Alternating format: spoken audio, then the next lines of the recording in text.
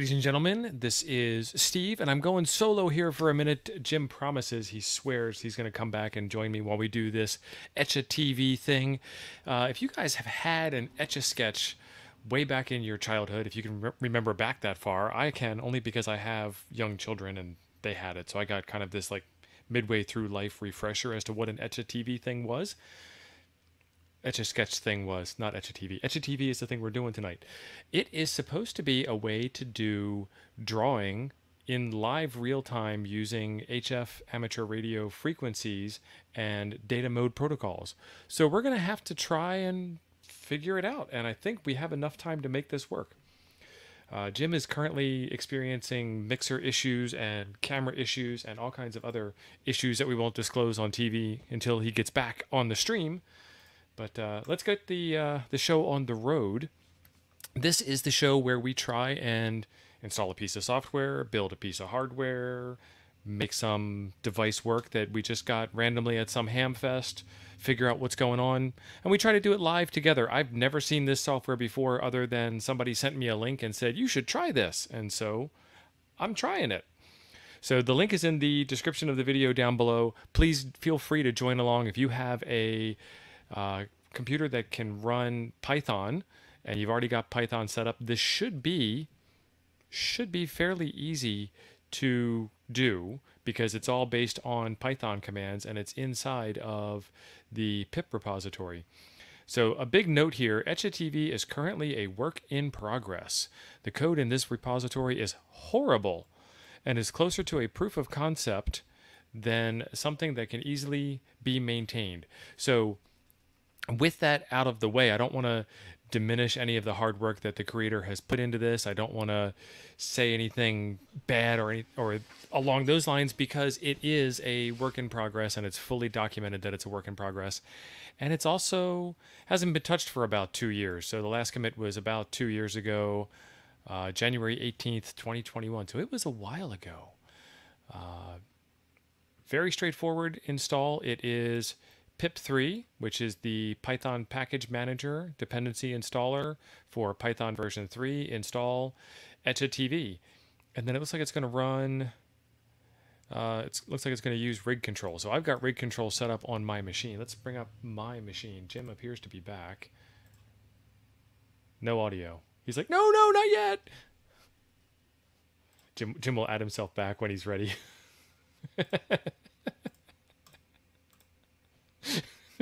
Jim has the ability to add and remove himself from the stream, so we were fighting to kick him out.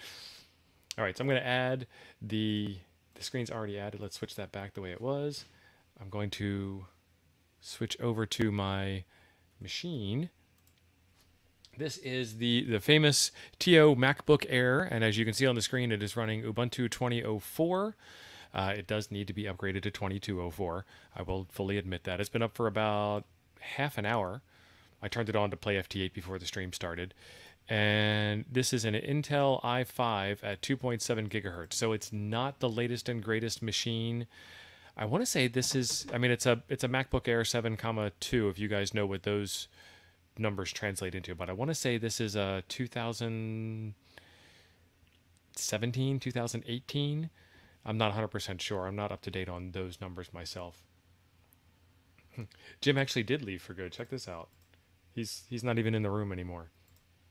Don't tell him I did that. He'll be very mad. Okay, so what they wanted you to do was pip3 install Etch-A-TV. And is it going to be this easy? It's there. It's doing it. I'm impressed. Sweet Christmas. Hi, Jim. Hey, you have audio. If anything can go wrong, it will poo itself right before the stream. Exactly. Steve and I were just chatting, and then all of a sudden, Jim, you don't have audio. Jim. And I'm like, are you hearing the words coming out of my mouth? And then he said, your camera's going too. I'm like, oh my Lord, I give up. That was Jim Tucker. Yeah. Classic. Okay, Probably the funniest thing in that movie. So this is Python. Now, did you have to install Python? You probably said this. No. I don't know. No, most Linux operating systems actually run all of the distribution-based internals on Python. So if your Okay. machine doesn't come with Python, then you've got a very weird install of Linux. All right, now let me ask you this question. I'm not a Python person generally. Is there, I was thinking there's like two different versions, Python 3 and Python 5 or something like that. There's pip and pip 3. How's my volume? So- Can you guys hear me in the chat? Because I don't know. I had to jiggle a lot of wires. So pip is That's a pip. Okay, so Python 3.8. And it says Python 3, user live Python 3. okay. So I don't Okay. even have Python 2 on this machine. Excellent. Well, that's what I was asking, because I thought Python 3's been out for a long time, and something in the back of my mind was thinking there's a Python 5 maybe? I don't know. There's Perl 5, but that's old. Maybe that's what I'm thinking of. Yeah. Okay. So Tim says yes. Thank you, Tim. 5.9. Thank you, Roger. Outstanding. Unfortunately, we can hear you. Kurt is on fire tonight, by the way. Thank you, is Kurt. playing- I think Don's at a club meeting, and Don messaged Kurt before the show and said, "Kurt, He's fill in. please fill Troll. in for me." Troll. Yeah. Troll All right, Jim so- Hard. So the next thing, let me get over here. That's right, the next Marvin. thing that it Murphy is my said- cousin. After doing the pip3 install Etch-A-TV was this rig control thing. And rig control is available on my machine. Let me make sure that's up and running. So I might have cheated a little bit and read a little bit of documentation. Again with the cheating, Jim. I know. It's not cheating if I don't like to lose. It's not losing. My hero said that. And There's no winning. He's awesome. And double bonus points if you know who I'm quoting there in the Sean chat. Connery. No, that is not Sean Connery. Although Sean Connery said if they put one of yours in the hospital, we put two of theirs in the morgue, the Chicago way, which was Right. totally classic. Right. I was talking about the quote from The Rock where he's talking to that was a Nicolas terrible- Cage. I don't barely remember. I saw that movie, I think, a little bit. I don't remember Losers much of it. always whine about their best. Oh. Winners go home and Oh, finish the yeah, sentence. I remember that now. And finish Yeah. the job. That's right. Mm-hmm. Yeah. Right. Okay, so I've got rig control running. And let's check the frequency. Did you guys know you could run rig control in interactive mode and you can type in F and get the frequency that your radio is back on? Like I said, I was doing FT8 before the stream, 21074. That's the frequency my radio is still on. So rig control is up and running and it's communicating with my radio. So that's another step down. So the next That's one is to cool. run Etch-A-TV. I don't know why they want you to do rig control -V, but it's running, so. What's V? We'll see. Verbose mode or? Let's see if it says anything. Yeah, verbose. Set verbose mode. Okay. Cumulative to -VVVVVV. I guess just to make sure it's doing something.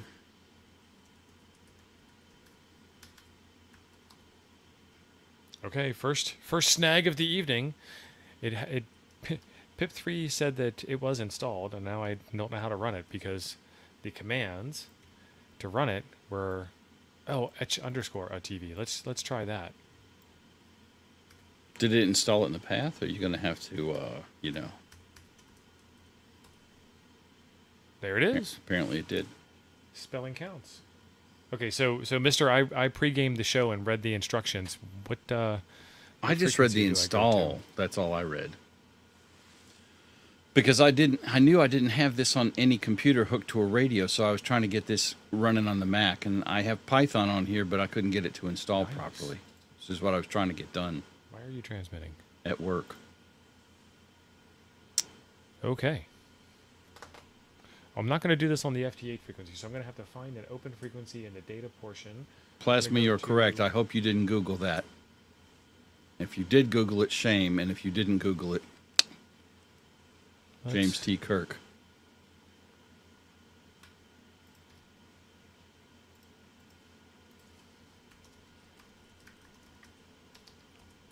And I don't because of remember all what the data problems... portion of 20 meters Oops, is. I'm shutting up. What? I don't remember what the data portion of 20 meters is, so I have to go to. Oh, that's my wallpaper, man. I'm serious, guys. This is a pro ham tip.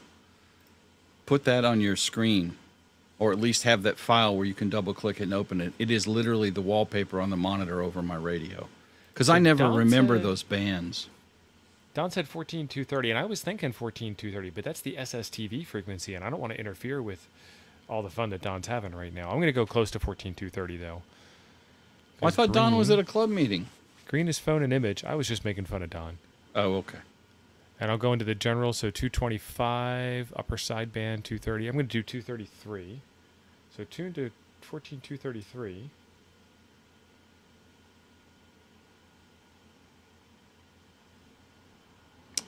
So hi to everybody in the chat, because I was going to start typing all that when I had the event and had to bail out. So thank you all for coming. Izzo, I am deeply disturbed by that comment, because it gave me an image in my mind that I really can't bleach out right now. And I want to share it with everyone and make sure you guys all see it.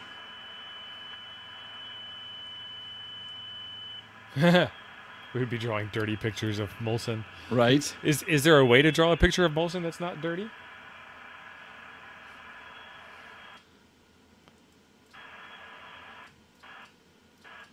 Right, Lionel? Let me do my station identification. Oh, that's horrible. So now, do I have to have this running on my side to decode that, or is that sending that as like an SSTV picture? I want to say it's doing something like Hellschreiber.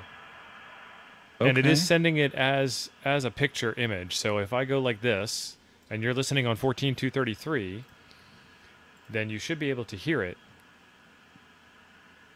Molson arming some cattle. Okay. Oh, Lord. There's a persistence thing here. I noticed that, because if you go fast, you drop dots. It's going back in time. Because it's transmitting in real time. Like my cow has disappeared. So tune into 14233 and see if you can hear something vaguely digital. Alexa, turn comm center on.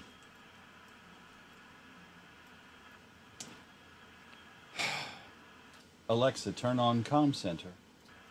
Alexa, order cat food. I'm smarter than you people. Alexa, order cat food. Alexa, order a whole lot of stuff. Alexa, shut up. I was trying to mess with y'all's Alexa, and mine's sitting here telling me she's ordering stuff. Alexa, I don't think it shows on the waterfall, Theodore. I don't know for sure. This is literally our first time using it. We have installed it. I have tuned to a clear frequency, and I'm transmitting some stuff. All right, I'm on 233.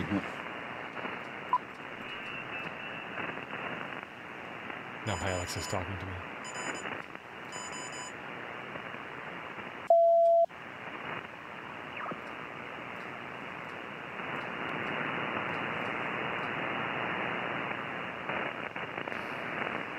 I don't. It's not cows with guns. It's chickens in choppers.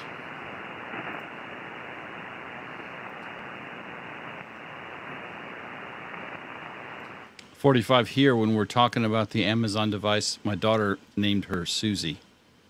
Yeah, does your Susie? Never mind. Well, no, she just randomly picked that. She calls I call my iPhone Olivia because she has the Australian female voice. Oh, nice. My daughter refers to the iPhone as Susan, so we don't actually, turn on all that junk. Don is correct. 14233. Don, do you hear me?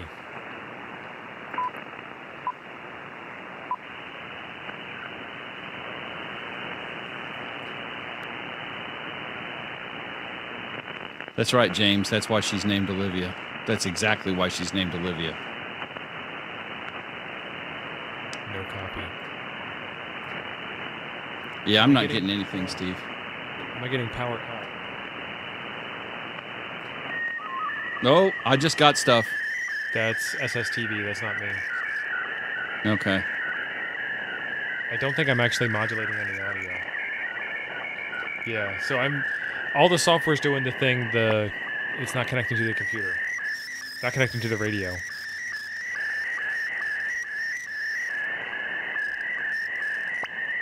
All right, let me turn the radio down. Yeah, I can hear that same image coming through here. Okay.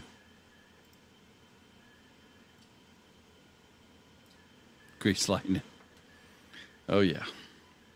15-year-old Jim saw Grease in the theater with his smoking hot girlfriend. I wanted her to dress up like that. She said no.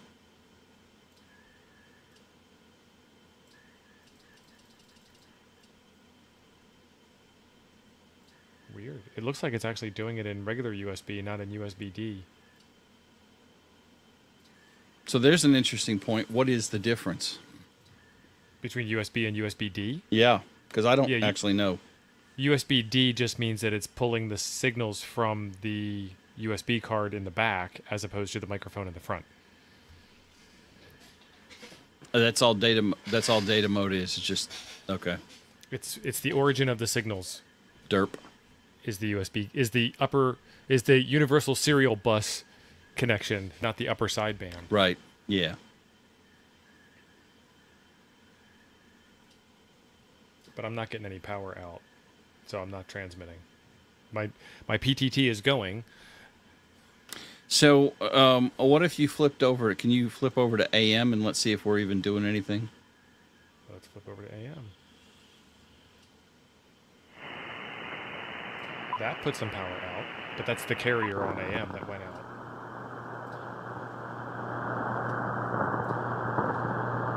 KM9G. Yeah, I'm not hearing anything from you, bud. KM9G. Kilo Mike 9 Golf. Yeah, so that's modulating. Kilo Mike 9 Golf, and that's not modulating. Okay, so why is this software not doing the thing? So it's not kicking your radio. So what does it say? Couldn't start sound configuration. Ah, okay. Your sound card is jacked up, Chief. Well, because in the very beginning, I didn't have a sound configuration. I just started it and then picked my sound. Let's try it again.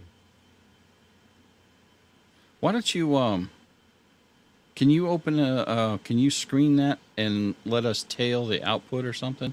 Although there you go, there's sound cards. So this is live. This is after the restart, after the configuration has been made. Okay. But it's still not.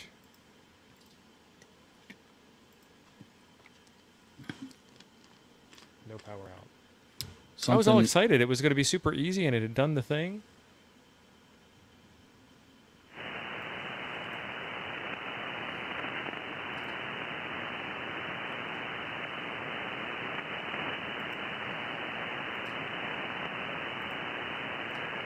Don says he's hearing something. Oh, that's weird. Ron, this doesn't run on Windows either. Did you hear that? Saying. Yeah. It sounds like, 1970s computer. Hello, computer. Yeah, I'm getting you. But that's coming out of the computer speaker, not going into the radio. Do it again. No, not leave that alone. Do your mouse.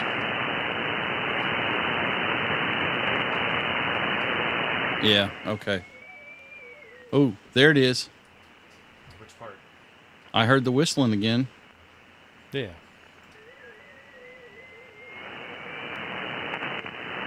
Am I listening to your speaker? You're listening to my computer speaker, not my radio. So oh, okay. It's making the audio. It's just not making the trip.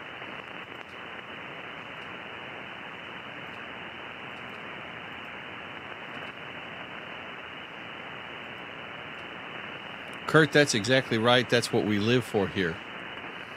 Nothing is ever easy. I want a 1 in the chat if you were here for the D-Star episode. James, I can usually be heard on the Utah Web SDR.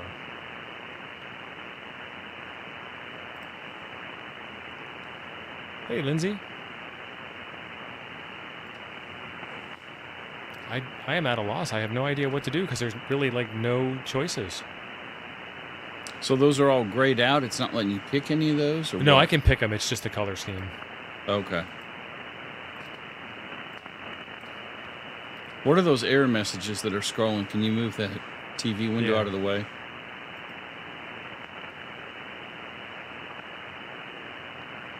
So your sound configuration.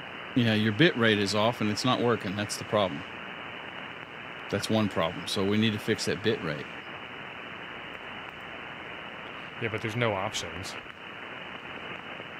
Well, no, you probably have to set it in ALSA. Okay. You're going to ask me how to get into ALSA? There you go. ALSA control. Yeah, I think that's it. Specify a command. Hello, computer. Hello, computer. Oh, Lord.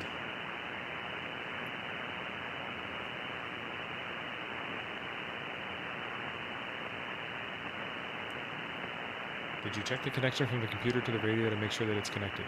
Yes. Because I was making FT8 contacts. Lower the bitrate in brig control. Brig control. Jason, it wasn't HF on the 705 that was necessarily the issue. It was me and Steve trying to muddle our way through terminal mode and D-star and multi-mode reflectors when neither one of us had ever done it. So the biggest problem with that was we spent an hour and change, 2 hours and change, trying to make a terminal mode connection to a D-star reflector that did not support terminal mode, and we did not know it. That was the big deal. Once I switched over to David Capello's terminal mode reflector, connected up, would have been a 15-second show, and you guys would have not enjoyed it at all. It was epic. Serial speed, CIV address, port number, listen, list, dump caps. Yeah, there's no audio. Ron says also mixer. That may be it.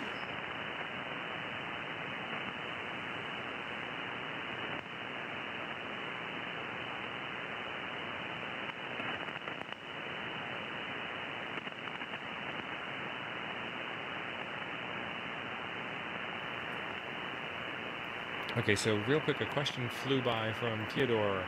Call sign location report, how does it work with this mode? So your standard amateur practice would go into play with this, and in the US on your end plan you will see image and phone is in the same area, so I can pick up my microphone and I can say Kilo Mike 9 Golf. I can do my station identification, Kilo Mike 9 Golf, Luck, Wisconsin, EN35.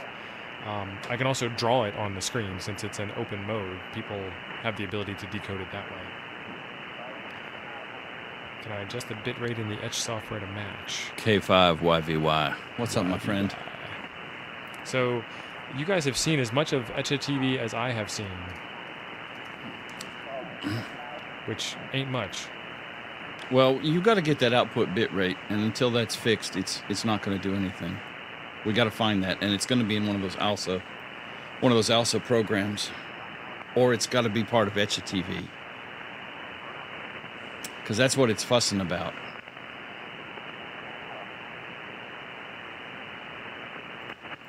Jason, look for us at a hamfest near you. The bigger the hamfest, the bigger the chances that one of us will be there. Jason, if I see you're in Foreland, I will be at Huntsville. Oh, and I will be easily... Whoa! Oh, Lord. Okay. I'm all right. I will be easily identifiable. Yeah, I'll be the guy that looks like me wearing my hat. Right. Probably with a camera in my hand. See, I got a new one. Steve, I had to change colors on mine. Yeah, it looks better. I like your yellow better, though. I'm already pissed at this one. This is bright orange. Bright orange? Looks way more official. I tried to go for notice me. I wanted it to be seen. Right. I do like this on. That makes that light way less irritating up there. And then you've got the hidden eyes.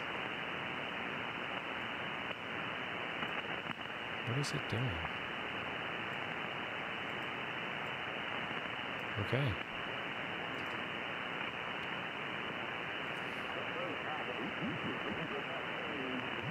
Ron said go into ALSA Mixer and hit F6 to select the sound card. Yes. Let's exit out of here.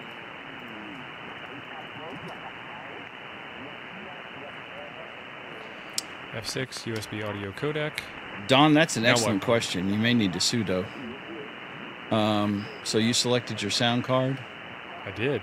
Okay, go to help. Let's do help. Eh. Nope, Oh, let's not. that's awkward. F6. Audio codec. F1. Exit. Awesome. We'll go back there and try it again. Oops, wrong one.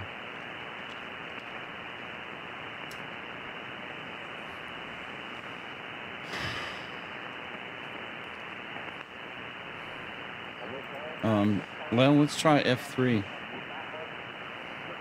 or F5. F3, F5. Yeah, there's only one setting. Okay. So F3 is for show me playback settings. There you go. F4 is for show me capture settings. F5 is for show me all settings, and there's only one setting. Can you tab down to item and hit enter? Or does it just crash? So I can control the volume on the radio. Yeah, but we need to mess with the bit rate. Yeah, there ain't no bit rate settings here. Don has a great thought. Try that with sudo, Steve, since you're running as a normie. Not Etch, the awesome mixer.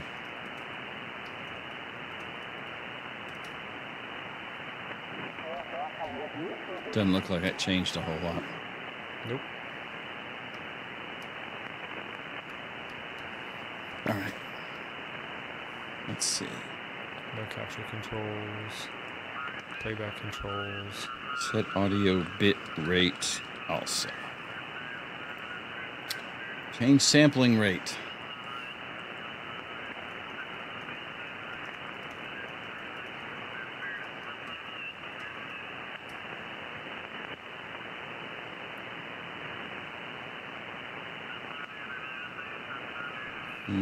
It's editing a config file.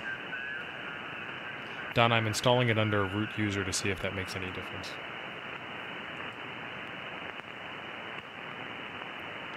And then Jason has a config file for us. Okay. So as soon as this is done, I'll check out the config file.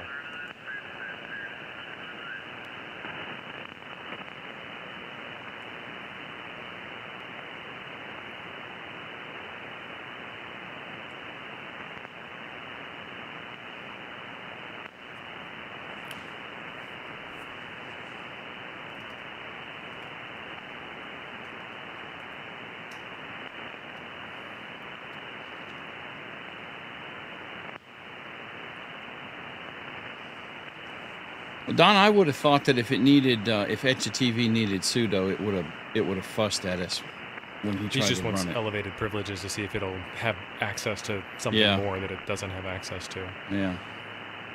Look for bit rate. Slash. So far, are you everything nano? is commented out. Oh, I know how to do search. I'm looking. There we go. Default sample rate. So what do we change it to? Well, take out the semicolon. 44,100 is acceptable. That's it. Save it and start it. You may need to reboot. I don't know. Or restart the ALSA daemon. Oh, repulse. Good pulse audio.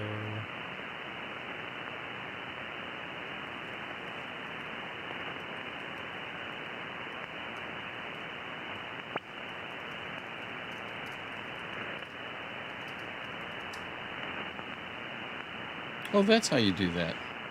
No, I could never remember that command.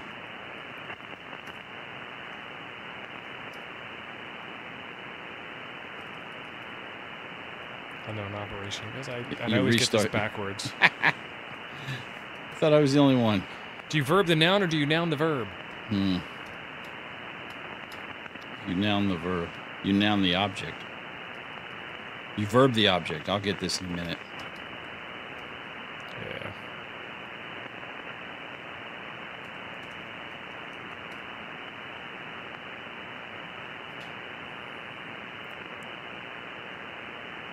Pulse audio unable to connect. Connection refused. Okay. We're getting closer. Well, this is running it as root. That's, yeah, let's whack that and go back to regular level.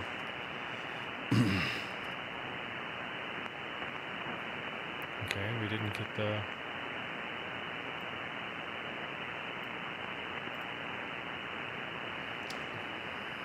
Okay.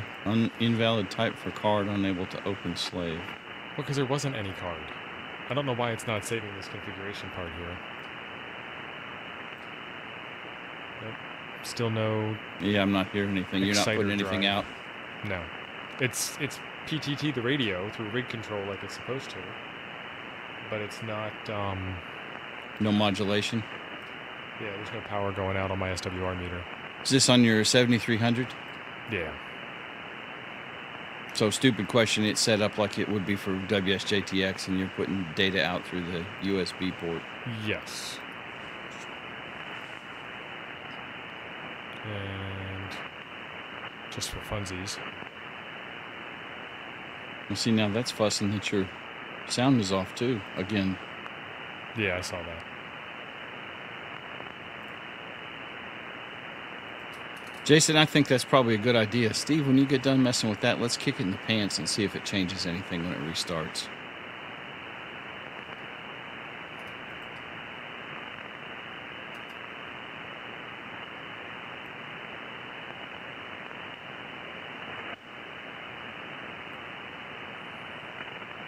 Okay, so that's putting power out. Wants me to reboot? Yes, please. Stand by. Had enough of that. You're still sending your radio through my ears, Jim. I'm sorry. Dude, I just kind of 2 years old. It doesn't work. I tuned it out. You squelch. Did you guys get anything cool for Prime Day? Anybody score any great deals? Anything awesome? I got a $160 laptop. Jeez, what are you going to do with that? I have no idea. Probably put Linux and Python on it and see if I can get this accursed program to work on a different computer. I literally probably am going to do that. I've got a Pi 400, and I was going to do that with a Pi 400, but I don't have a monitor handy for it. So if I do it with a laptop, then I can just, you know, for stuff like this, to support you, my friend. Me? How sweet. Hey, look at our awesome messages. Or we're getting a whole lot less of them, it looks like. No, we're not. Well, so all of this stuff here in the beginning happens when you launch the software and there's no sound card selected. Okay. And then I selected a sound card. And we still have this message down here at the bottom. Couldn't start sound configuration.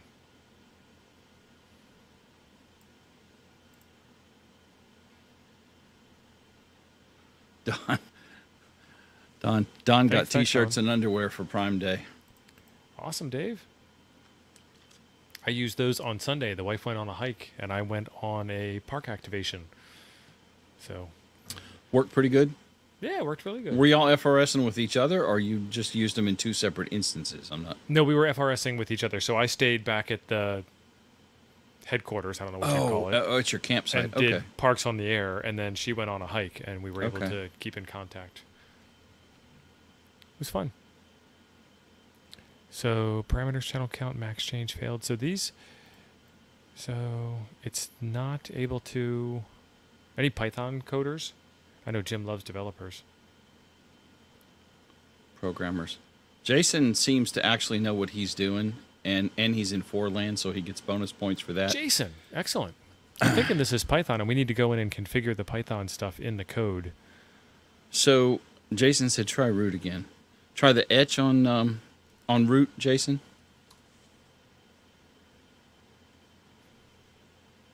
Okay, so I do not have a sound card selected, and I am as root. Okay. And can't connect to Pulse Audio, which is what happened the last time we tried this as root. Let's go back to Etch-A-TV. Chuck, how are you, brother?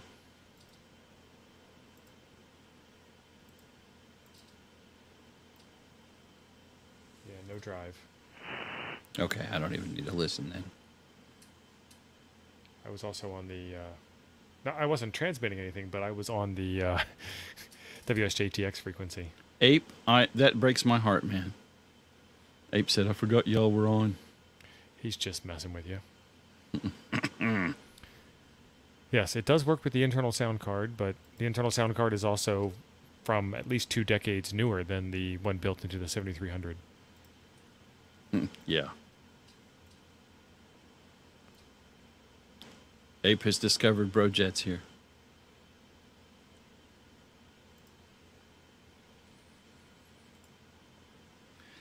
Don said those are library errors. He's thinking that They are.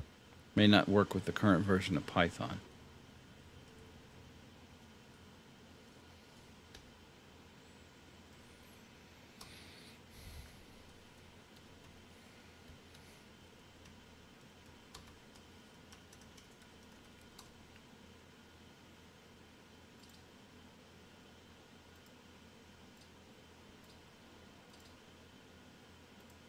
Jason, we did run it with sudo. I'm not getting the audio out of the computer speakers anymore either.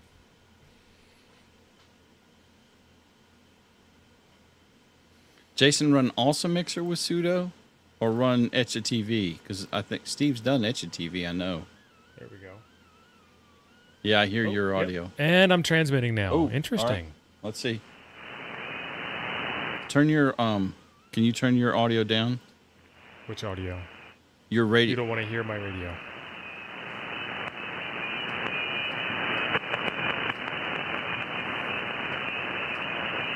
That's the radio.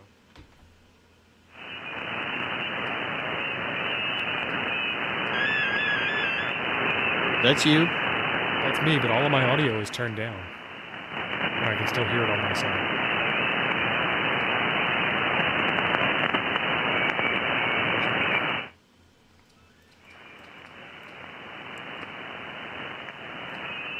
All right, 14233 still. USB D. You selected Pulse. I did select Pulse. I hear So something. Jason, tell me why that matters. Maybe you. Does it sound like dee dee dee dee dee dee dee? Yeah. Here we go.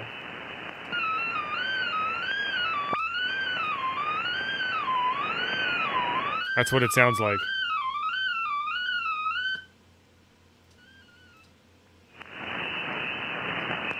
All right, do that again, Steve.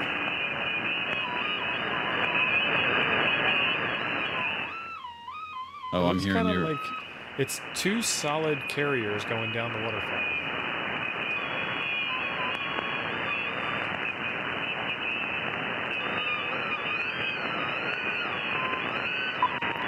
As I move left and right, the carrier moves left and right.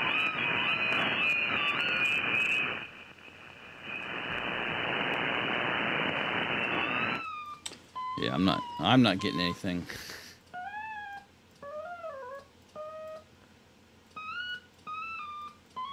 Oh, Ron's hearing it.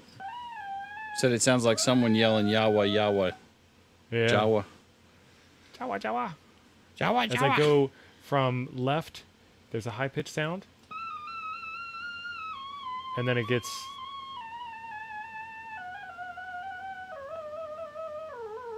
What's your vertical do? What's your vertical And then do? I'm out of the passband. Emulator. Very realistic squeaks. Nice. You froze. That's weird. Now you unfroze. Now it's not doing it anymore.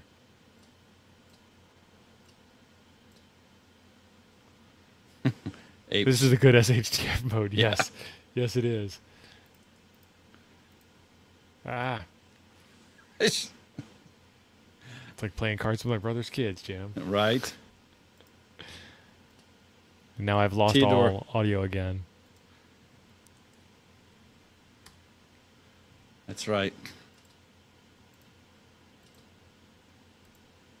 Theodore, where is 2E0? Is that UK. Ireland? UK? Yep. It's a UK Foundation license.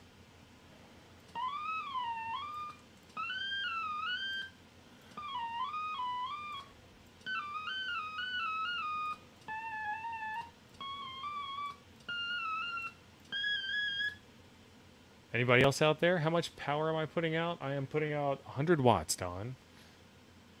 Don's asking for trouble. Let's do amplified. Oh my goodness, this is gonna be bad. You turning on the juice? I'm turning on. Let loose the juice.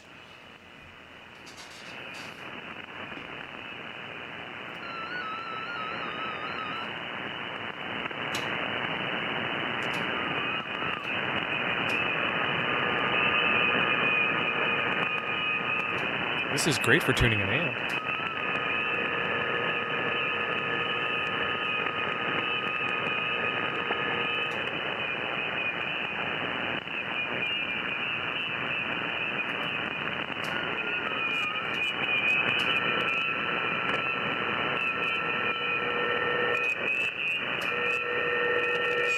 Are you still messing with your amp? I'm hearing something. Yeah, I'm messing with the amp.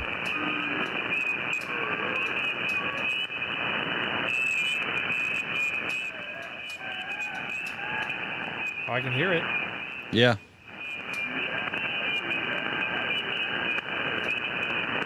Wee. What's that smell? It's an intermediate license. Okay, Plasma, thank you.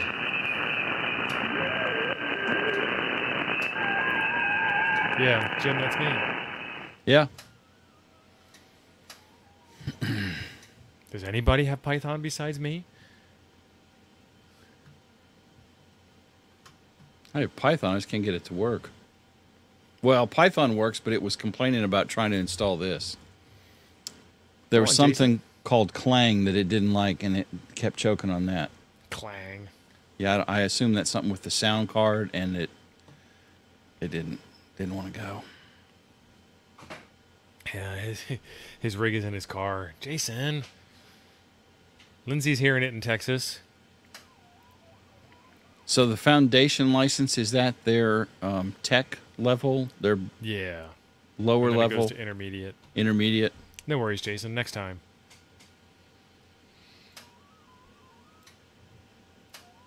Ed Sweeney, what's up?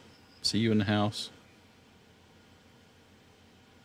And G0 is the I am really Kilo old Mike license. 9 Golf using Etch-A-TV on 14233. Download Etch-A-TV from GitHub and play along with me. That didn't sound creepy in the least. I don't know why. It's just very easy to make my calls rhyme like that.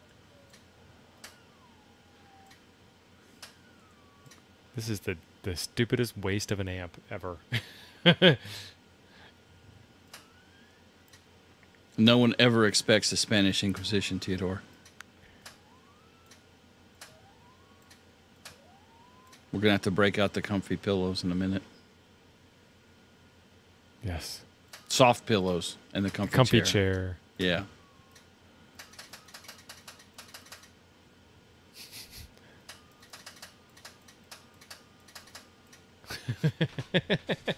Sending CQ, sending Morse code using Etch-A-TV would be a pair of clarinets. Yes, that is correct.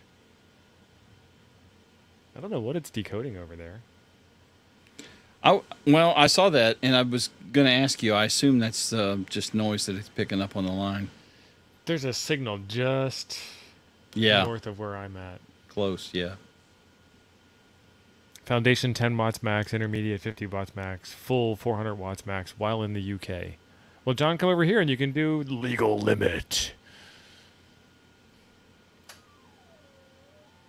Now, see, we don't have a power restriction on our license levels.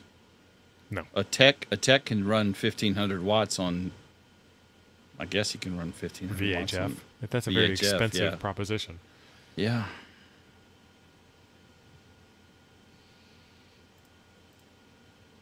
Okay, well, we did the thing.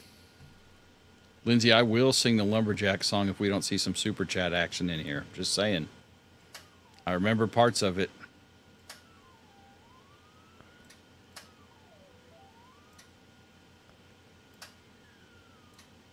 Yeah, Don, I know 1,500 watts is a license limit. I didn't think we had any restrictions on the lower license levels having a lower power output, is what I was asking.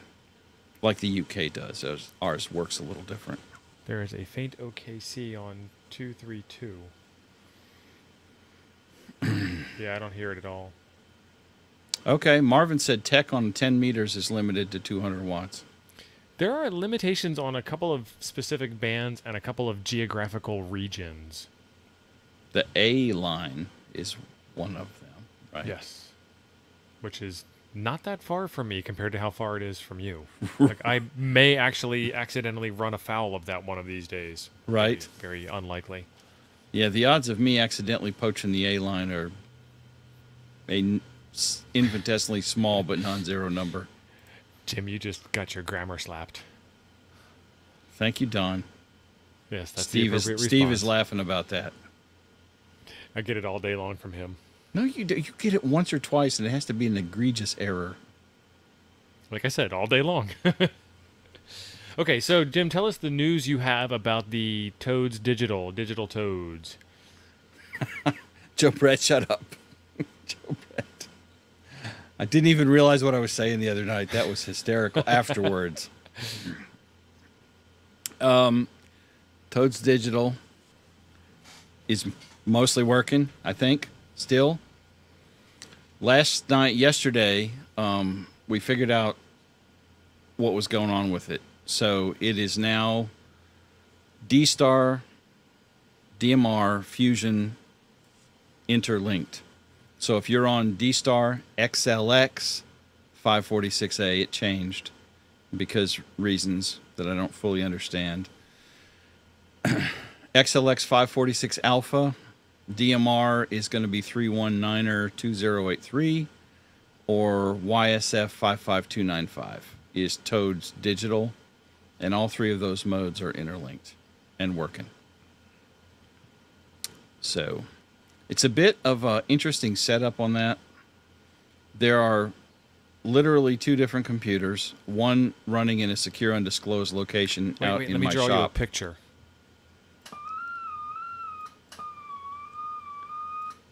Yeah.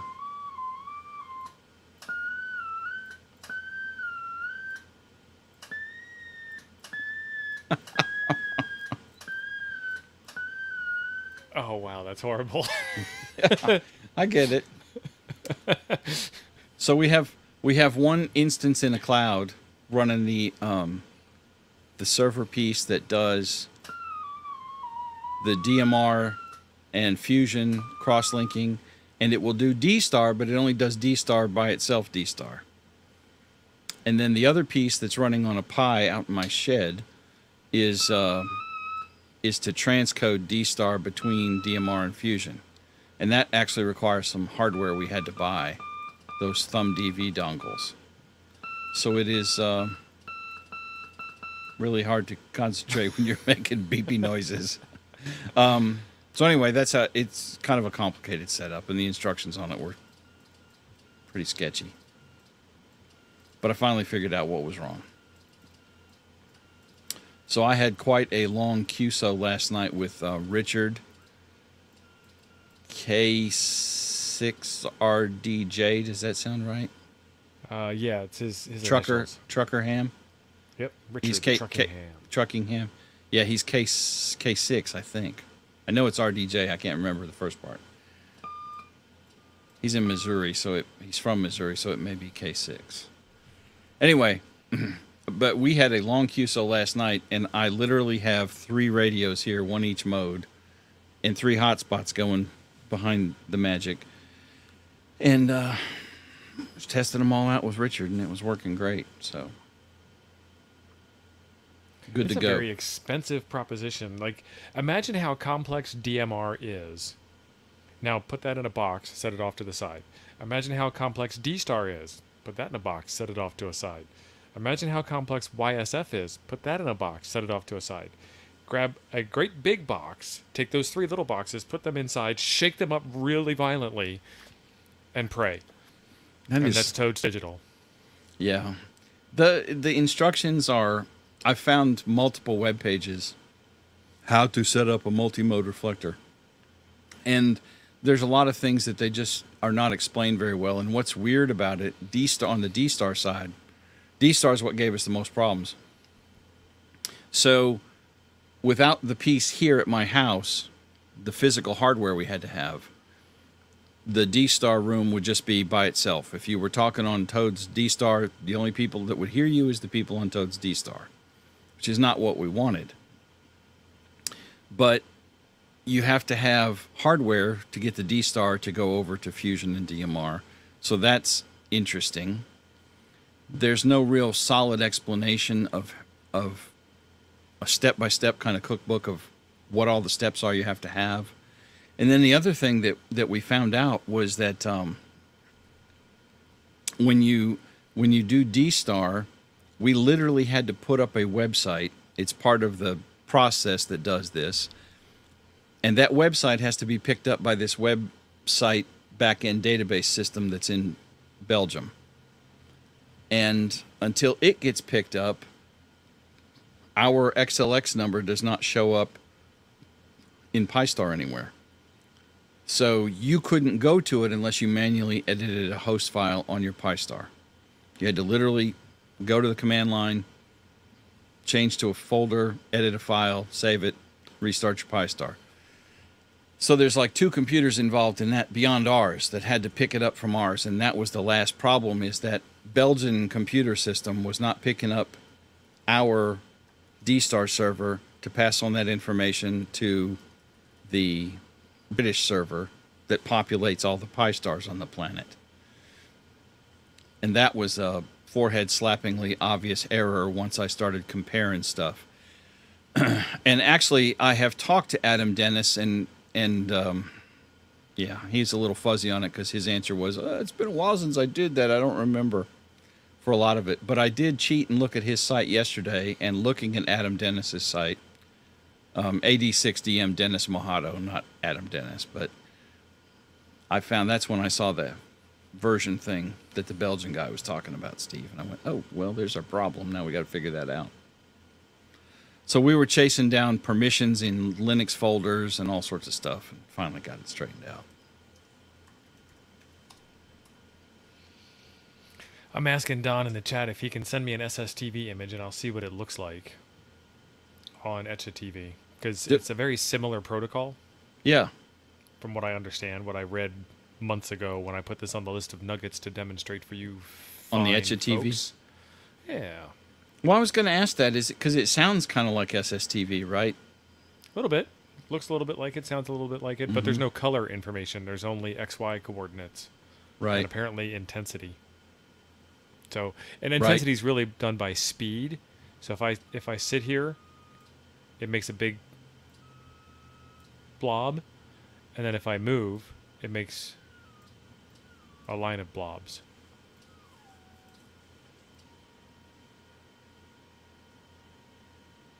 It's very pretty, colorful on my waterfall, though.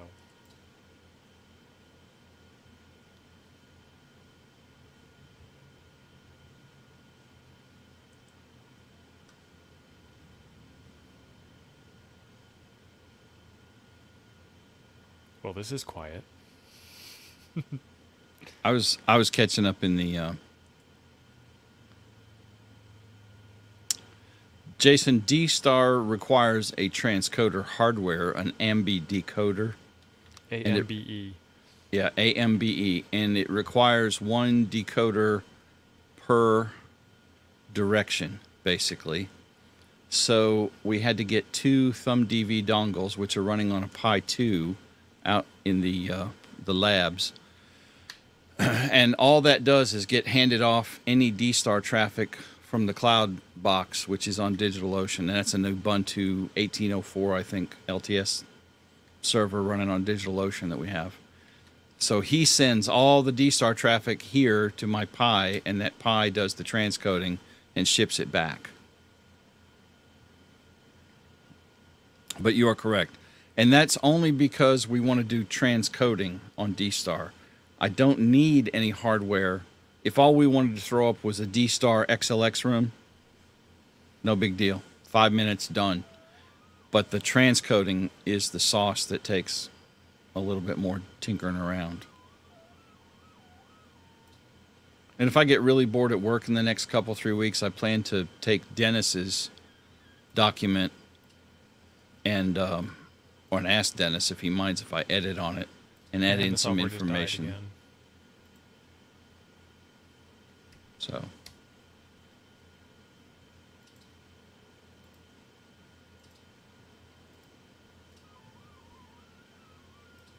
There we go. It's back. so that software just kind of gets stupid. It lost the ability to transmit. It was still doing the drawing on the screen, but it wasn't making the squeedle-leedle-leedle-leedle-leedles. Do that again. What was that sound? Squeedle-leedle-leedle-leedle-leedles. I actually speak native FT8, so that's what you were hearing. Okay.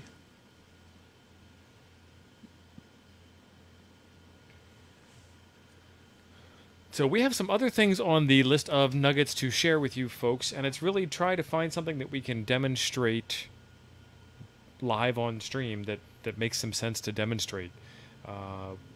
The next thing up, I got a box of electronics from, I got to put this on the list, Jim.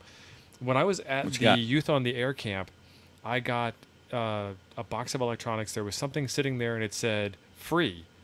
And you know what happens when the box says free. I have to reach out and grab me some of that stuff. I want some of that. So there was a couple of things there. Let me see if I can put my hands on them.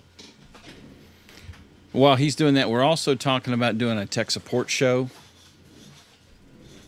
Are we doing tech support next week? Is that the plan for next week? We can certainly do tech support next week. So there is a Fox Hunt offset attenuator, which was one of the kits that they built. Oh, that's neat. Let me I know what that is. What is offset, though? I don't understand that. So this is going to tune you off frequency, I think. Okay. But we can get into that in the episode. And then this is a 3D printed Morse code key. So there's that. And then this is the case for the offset attenuator. It's a 3D printed case. Beautiful. And then these were the free boxes. And I see that screams I want to be a Balin or something dangerous. Like the control for a time machine, possibly. Well, there's some of the mystery. It's two potentiometers hooked up to Pots. gazintas. Mm-hmm. Gazintas? So I know. I don't. Right. I like that. So I don't reveal any of the magic for the future stream. This is another one of the devices that was in the free bin. So I might have an opinion on that one. that's got. But I'll share that off camera, not with. Three inputs, three outputs. Yeah. Ed, that it could be. Ed said it's a flux capacitor prototype. And then check this out. Ooh, we're legitimate, man. We've been recognized. And I just found out today, this is going to be really interesting. The ARRL does this thing where you can get scholarship, sponsorship type money. Let me see if I can bring the email up on my side. Summer Club Commission offer. So this is brand new. Let's see if I can I pop this out?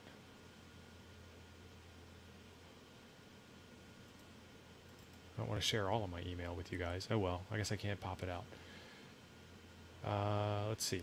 Club Commission Program. New member bonus offer. Get more for your club with the Summer Club Commission Program. This summer, when your club recruits new members within the Club Commission Program, you can not only earn the standard $15 commission for each new member, but for every 5 new members, you will receive a copy of the 2022 ARRL Handbook. And then we can use that as a handbook or a prize at a meeting or donate it to a new ham or local library or keep it as a club reference. Oh, I like that. That is cool. Let me get the link to you in the chat. And if you didn't know, you guys are all members of Toads. You are. So now we just need to start submitting membership roles. Copy Jason, link. thank you. Jason, awesome. Really? And I'm going to decode that link because that's a tracker link. That's how they get you. That's how they I didn't click on it. I just shared it with all you. So they might have got you, but they didn't get me. So You are I'm giving way the too decoded cagey link. for that. That's right. Yeah. So we are an affiliated club with ARRL. That was the certificate I just showed you. And we're kind of vamping for time here, folks. Oh, well, I was letting you talk. I didn't want to interrupt. Oh yeah, I'm just filling stuff up. It's your turn now. Oh, okay. So next week, it's your show, man, not mine. Yes. Next week we're going to do a tech support show. Yes. Okay. So all y'all, that's what we say down here for the Northerners, you guys, depending on which part of the North. Get your tech support questions together, and we will take them live. Well, we'll answer them live. You might not like the answer. It might not be the right answer, but we're going to give you an answer. Yeah, we'll give you an answer. And maybe we can get the Smoking Ape and Chuck and possibly some other people in here so we can have multiple opinions on the same thing. Ooh, and then you can vote. Right? You are the weakest link. You are the weakest link. So I would suggest, and I will create just DM me or Steve in Discord. I was going to make a room, but I don't want to do that.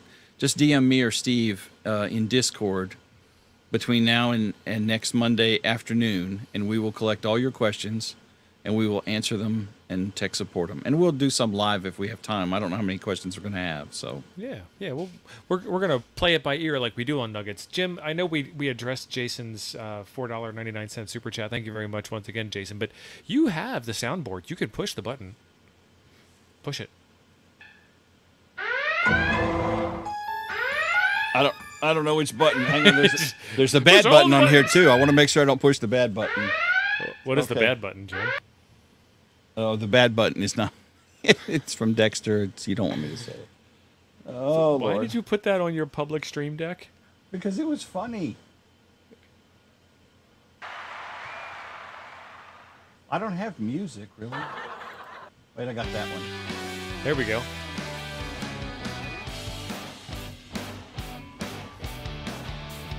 That's what you wanted was music. Okay. Yeah, I wanted music. Also have that one. That's more super chat music right there. Some fat trumpet in there. Oh, that's kind of like funk. I love that. Some 70s funk right there, baby. I like the funk. I got the funk. Mm-hmm. Especially after a hard day of wearing shoes. I don't think that's the funk they were talking about. Okay. Dang, it's the only funk I got. Yeah, anyway, so we're going to do tech support questions. So please feel free to drop in your questions in a DM to either me or the Steve there, and we'll do that next week. That ought to be fun. I've got a couple videos I dropped the other day. If you haven't seen them, they're kind of interesting, I think. Oh, that Free Radio, that was amazing. Yes, that was, I'm just going to say it is a flaming piece of crap. So I'm going to give you some commentary on that video. You did a fantastic job on that, Jim. I will definitely say that. We talk about harmonics, and we talk about it's got to be 40 dB down, and all this. Nobody knows what that means or why, and you actually demonstrated the why that needs to happen. So your radio it transmits on its fundamental frequency, and it also does a little bit of transmission on its harmonic frequencies because they're harmonics, and that's a feature of radio. But what we didn't know was really what that meant, why we had to do all that suppression and everything. So the first harmonic of 2 meters is 220. It's in the 220 megahertz range, and the second harmonic is in the 70 centimeter range. So you picked up a 2 meter handheld, tuned it to 146.52, hit the push to talk button, and listened to yourself on a 70 centimeter radio because they didn't do the proper harmonic suppression inside of the radio. So it's a bad radio. It's a bad product. And what's interesting, and I didn't show it in the video, I don't think I did. So I demonstrated that with a UV6R, a Baofeng, okay? It's a professional FM transceiver according to the label on the Baofeng. That Fang, and I know a lot of people are Fang haters, QRZ will probably put out a contract on me. That Fang is jam up. It does not do all that. When you transmit on that Fang, and I'm actually going to do a follow-up video tomorrow and play with a couple other HTs and look at them on the spectrum analyzer just like I did. But that Baofeng that I was receiving on, it doesn't have all those harmonics up at the same transmit level that that Abri did. Splattercaster, nice. Splattermaster, that was it. Splattermaster, yeah, or Splattercaster, either one. Because that Abri was like, here's the primary signal level, and then here's the first harmonic, and it was only like, I don't know, minus 10, 5 or 10 dB down from the primary.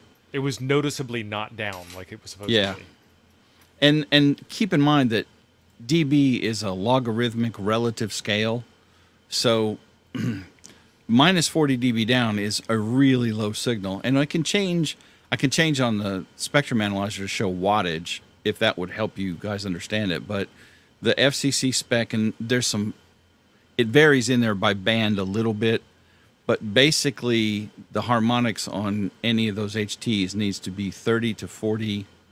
Because I think it's 30 for some conditions and 40 for others. I can't remember exactly. But the harmonics need to be way, way farther down from the primary signal. So on the spectrum analyzer, you'd see a primary at like this level, and you'd see the harmonic way down here in the soup at the noise level. And that was not the case with that Abri. They were both up way high. And a couple people made the comment, and this is going to be in the video that I'm going to do tomorrow. Well, that's pretty cool, but I don't have a scope. Son, you don't need a scope. You can do that same exact test with a Fang, like I did. Like what you just did. Because you know what the harmonic frequencies actually are. Literally, just do the math. Multiply. I started out on the VHF call frequency. So VHF call times 2 is 293 point something. And then VHF call times 3, and I couldn't tune, the Fang would not tune to the 292 frequency, because I think that's military AM airband or something.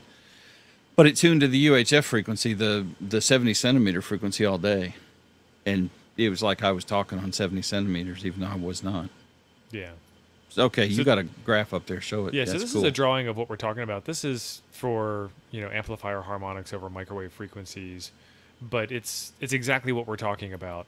This one comes from markmicrowave.com, and you can see the fundamental frequency is what we're trying to do.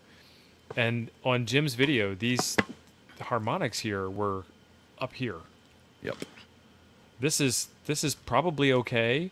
This is even better. This is fantastic. But up here, this is not good at all up here.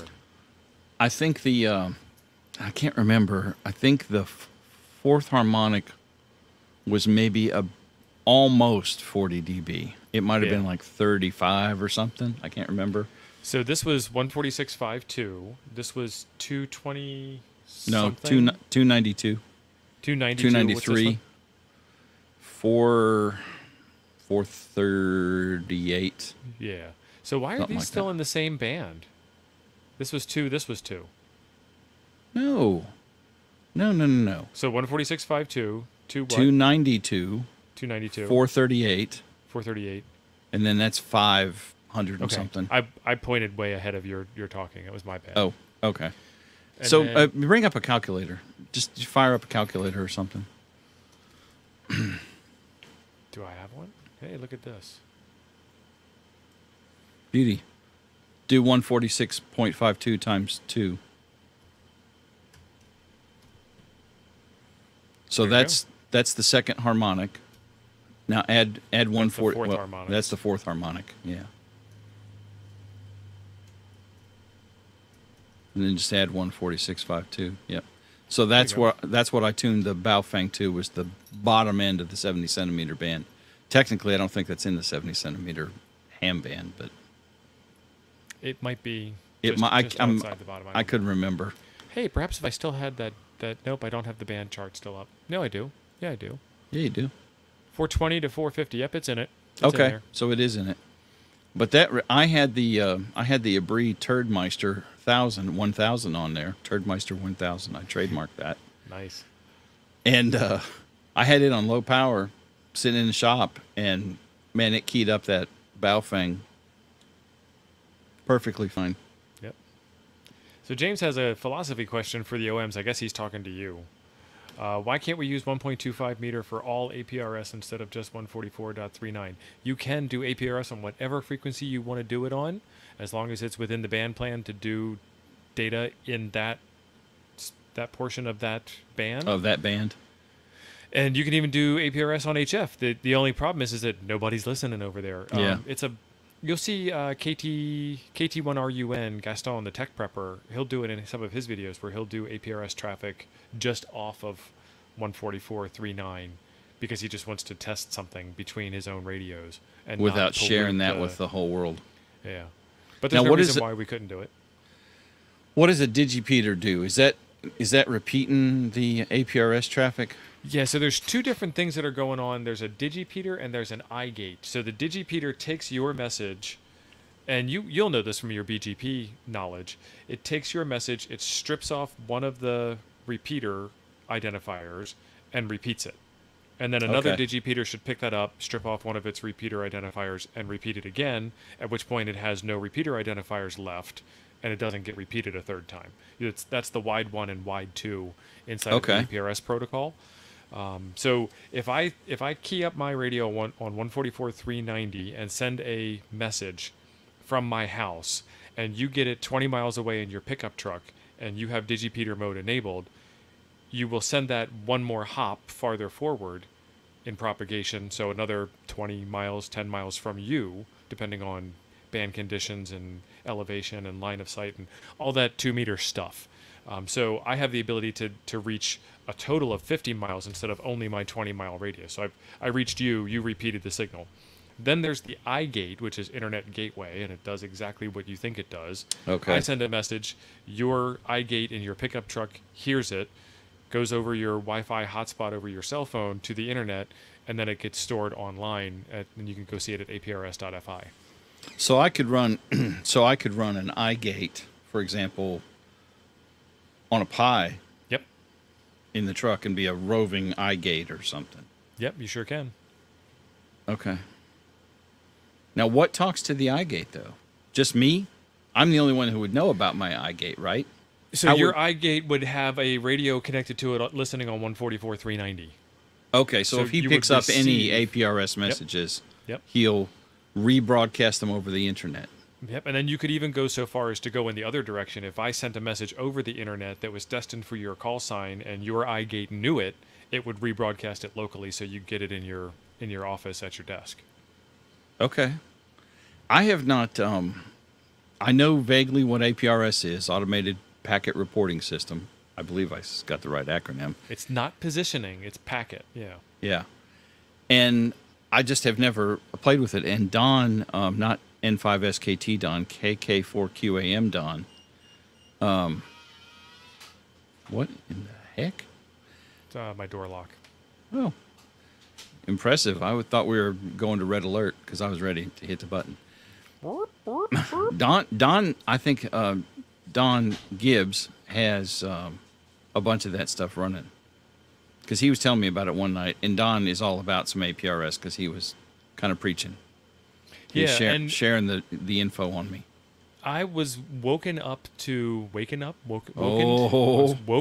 woke up to APRS the wrong way. I was introduced to APRS by being told that it was only about sending your position. I'm like, why do I need another thing that's tracking my location? Too. That's what I said. That's why it's evil. I don't want it. That's how they get you. APRS can do a whole bunch of really awesome things. Is there any video I can learn about this, please? Not yet, no. I tried working on a video, but I was unable to get both sides of the communication happening between the two different radios. But the Tech Prepper probably has a ton of them on his channel that would be useful to you. Mm-hmm. And that's the Tech Prepper. Gaston's an awesome guy. He's been on our show a couple of times.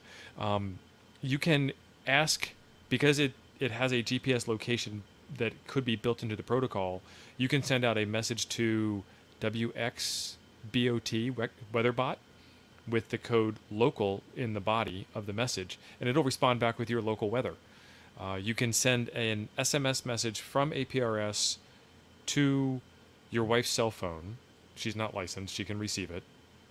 Your wife can then reply to that same SMS text message, and it will come back to your ham radio. So if you're a soda guy going up on top of a mountain and there's no cell phone service up there, you've got your radio, you've got an iGate somewhere within listening distance. You can say, made it to the summit. Your wife can hear it. She can respond back and say, heard ya. and then everything's copacetic, everything's good. So if your wife ignores your texts anyway, this will not guarantee delivery any better. No. Right. Okay. Jason, I got 2 questions I wanted to pop out here. Jason, I believe you can do it with a nano VNA with a through measurement. The Smoke and Ape would be the one to verify that. Ask again on Thursday. No, Saturday. Saturday. We're ape free on Thursday this week, or ape less. Ape free implies we don't like him. He's okay. We like him. We'll just be ape less. I think you can. You can on a Tiny SA as well, and I highly recommend a Tiny SA if you don't have one. They're about 60 bucks. Yeah, $60, $80, somewhere in there. Get it from R&L. Don't buy one off of Amazon because it is rife with fakes on Tiny SAs.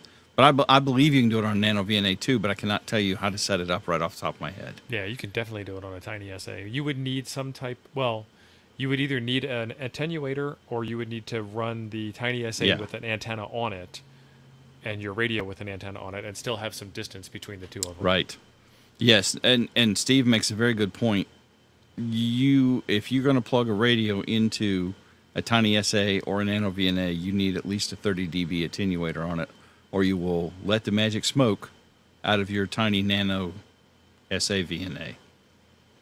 You will let and even if you have a real SA, you will let the magic smoke out of it. So you got to be super careful with that. At least a 30 dB attenuator, 40 better. Joe Brett said something. I thought it was Joe Brett. It was something clever, so it may not have been Joe Brett. I don't know. Oh, there it is. Joe Brett. He uses it for real propagation at your location. So can you explain? He uses APRS for real propagation. For yes, APRS. Hang on one second. That's the one. And Ron Walensky said that X25 is a precursor to APRS because they're both packet-based. And AX25 was around in the 80s. Yes. Oh, wrong button. That button. This is a website you can use to track APRS propagation. Let me get over to the US. And what this does is this reads up on the APRS messages that are being sent through iGates and will display bubbles of RF on the screen. And for some reason, it's not showing me any right now. There they because are. This is nuggets.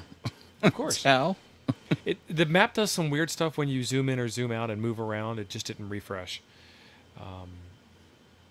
So right now you can see that there's some pretty big APRS propagation happening in St. Paul. And I could probably, what this means is I could probably get onto 2 meters and make a 2 meter ham contact. Look at that. From St. Paul. Now, you're about, what, 70, 80 miles from St. Paul? Yeah. So the colors stole all my ability to see the map. Can you not set the transparency? No. Up there in the upper left. The hamburger menu. Search, donate, contact, settings, age limit, footprint, footprint filter. Okay. No, not really. But I'm right around this area here. So I should be able to make a 2 meter contact into the Twin Cities from my location right now. And then same thing down here in New Mexico. There's some big splatters. So you could probably get from Phoenix to Vegas on 2 meters, which is a pretty big haul. Yeah, that's great. Or Albuquerque down to, Albuquerque down to Phoenix. So Kevin has an interesting comment. I want to bring this up. Watching this chat and listening to you guys just reinforces how stupid I really am. I am such a ham radio rookie.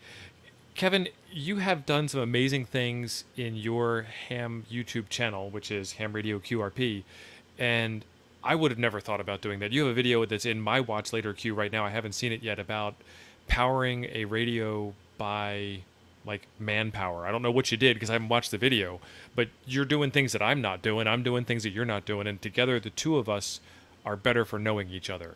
So keep that in mind. Don't think that I'm smarter than you. I don't think that you're smarter than me. I don't think that I'm smarter than you. And apparently, from what you said, you don't think that you're smarter than me. So we're all on the same page. Neither of us thinks either one of us is any smarter than the other. We just know different things about different things. I'm just here for the women, man. The Earth women. That's all. Right. No, and I agree with Steve 100%. This is this hobby is, it's very technical. This isn't. I mean, it's such a broad range of stuff that is part of ham radio. There's guys who know way more about a lot of this stuff than either one of us. You know, I don't think you're stupid or I'm stupid or anything else. It's just, you know, I mean, I don't know anything about APRS. There's probably at least 3 people in this chat that can light me up about APRS. I can spell APRS and I can baffle you with some BS for a minute, but my BS is only this deep. And then I don't know nothing else. Because I, to this day, did not until he just explained iGate and DigiPeter, I didn't really know what they were. I heard people talking about them, just not something I've ever explored. Had no idea. If you want to get into the world of APRS on the cheap, I'm not saying on the quality, I'm saying on the cheap. You can take your Baofeng UV5R, you can get the APRS cable. I want to say it's like APRS B1, APRS K1. Is that what a TNC is? Is that the dingus that connects the radio to do APRS? It's a cheesy, I mean, super cheesy dingus. You're talking $30 for the radio, $20 for the cable, your existing Android phone or iPhone, and you now have an APRS radio system. The cable plugs into the audio out jack on the Android. I don't have an iPhone, so I don't know. And then it's got the Kenwood connector with the 2 pins that plugs into the side of the Baofeng. Into the Fang. Tune it into 144.390, set it to Vox mode, and go listen to some APRS. If you turn your radio to 144.390 right now, you'll probably hear some. Now, is that a DigiPeter or is that an iGate or is that, what is that? Neither. I'm just making am I transmitting APRS with the phone? You are listening to APRS messages and decoding them with the phone. And then you are, thank you, Andy. And then you are able to transmit from the phone through that cable into the Baofeng out onto the airwaves. Okay.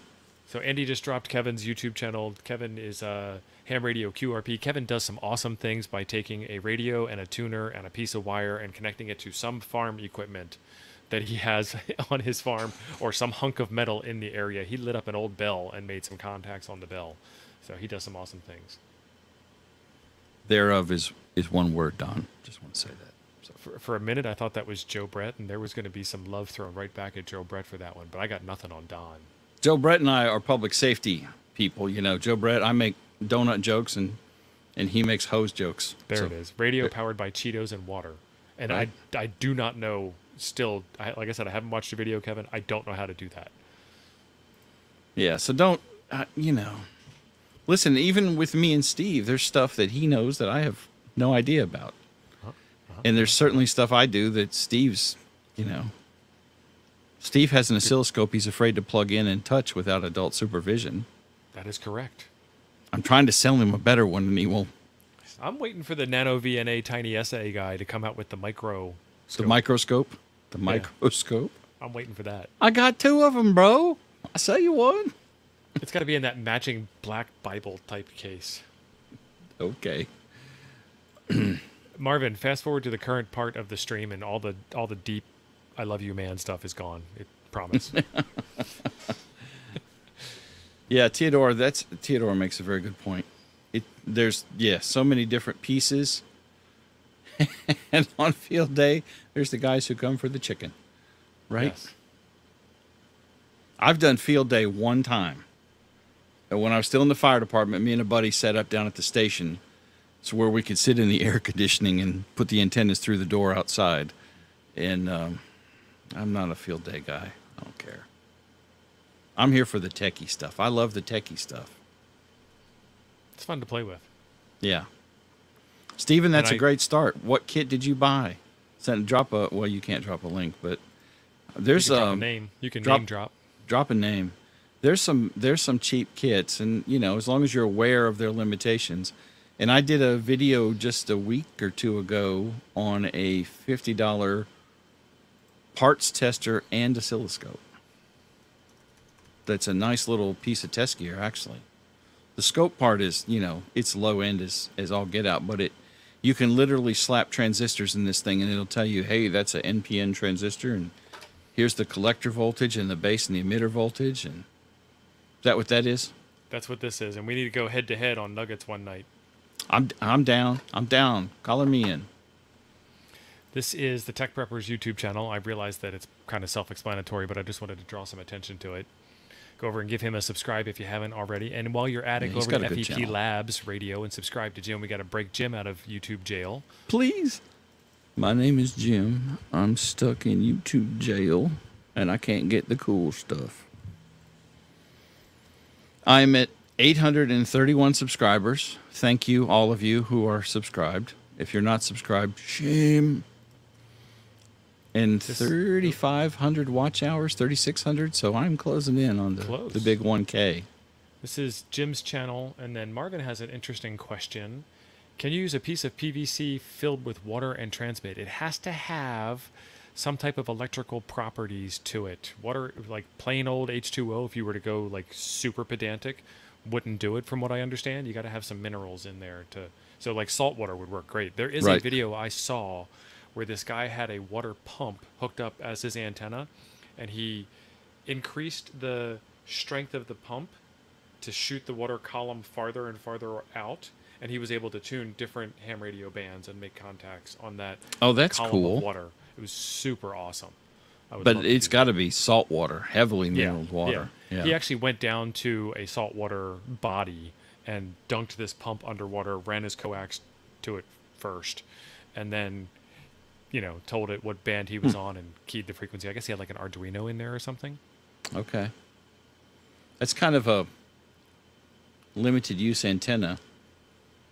You ain't going to run salt water through that pump too much. No, it was more for the fun of it. Right. That's still pretty cool. DSO 138 digital oscilloscope kit. Look it up, Jim. Was that on...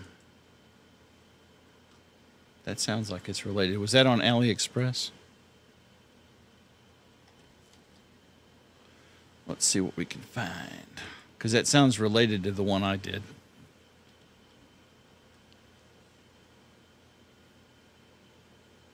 Oh, okay. Yeah. You can share your screen now. I'm fixing to. I'm finna share it out. I'm finna share it out. That is something I've kind of embraced, is the fixing thing down here. So does the Dead Sea work better than the ocean then? More minerals, more better. Yeah, mo better. So there are a whole lot of DSO 138s. You said you had a kit. I like that DSO 150 fully assembled DIY kit. Yeah. It's like a fully semi-automatic kit. Fully semi-automatic. The only thing I hate about AliExpress is their pictures won't... They do this zoomy thing. They won't actually get big. Oh, my Lord. Hope you like doing SMD. I've never done SMD. I bought a hot air station. I just haven't gotten around to messing with it yet. You're not sharing that anymore. Oh, it opened a new... Yeah, I need to fix Chrome. Don's saying the DSO 138 is on Amazon. Okay, well, let's go to Amazon then. Because every time I click a link on AliExpress, it opens a new window. eBay does that to me. It'll open a new window, and it will also put it into my cart. Yep. And then it'll send me an alert on my phone. Hey, the price dropped on this thing that you didn't want in your cart. $34, that's not bad. What's the bandwidth on it? 0? It's going to be in the kilohertz, I'm sure. Look at you scope snobbing already. Scope shaming. I'm not scope shaming, I'm just saying. It's not going to be high. It's completely unspecified. It's made by JYE. Oh, come on, it's number 69 bestseller in lab oscilloscopes. Maybe on one of the pictures. Yeah, because there's no information on this thing. That's how they get you. Oh, there's a high Q version with better printing. They're really pointing out. It's got alligator clip test leads. You know it's got to be good. Oh, here we go. Here we go.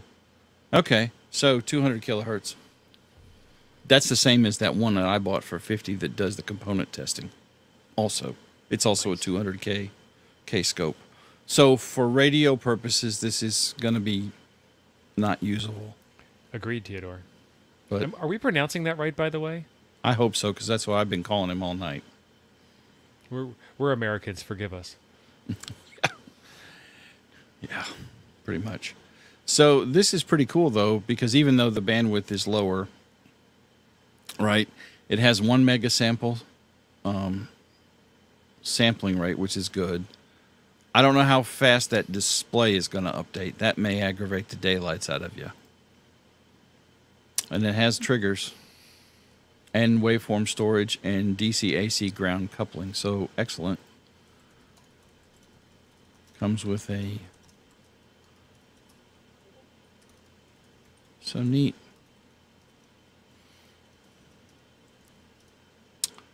The one I got, what was that? What was that one I got? The Finercy. Yeah, I think it's on here too. Yeah, it is. TC2, something like that. There it is.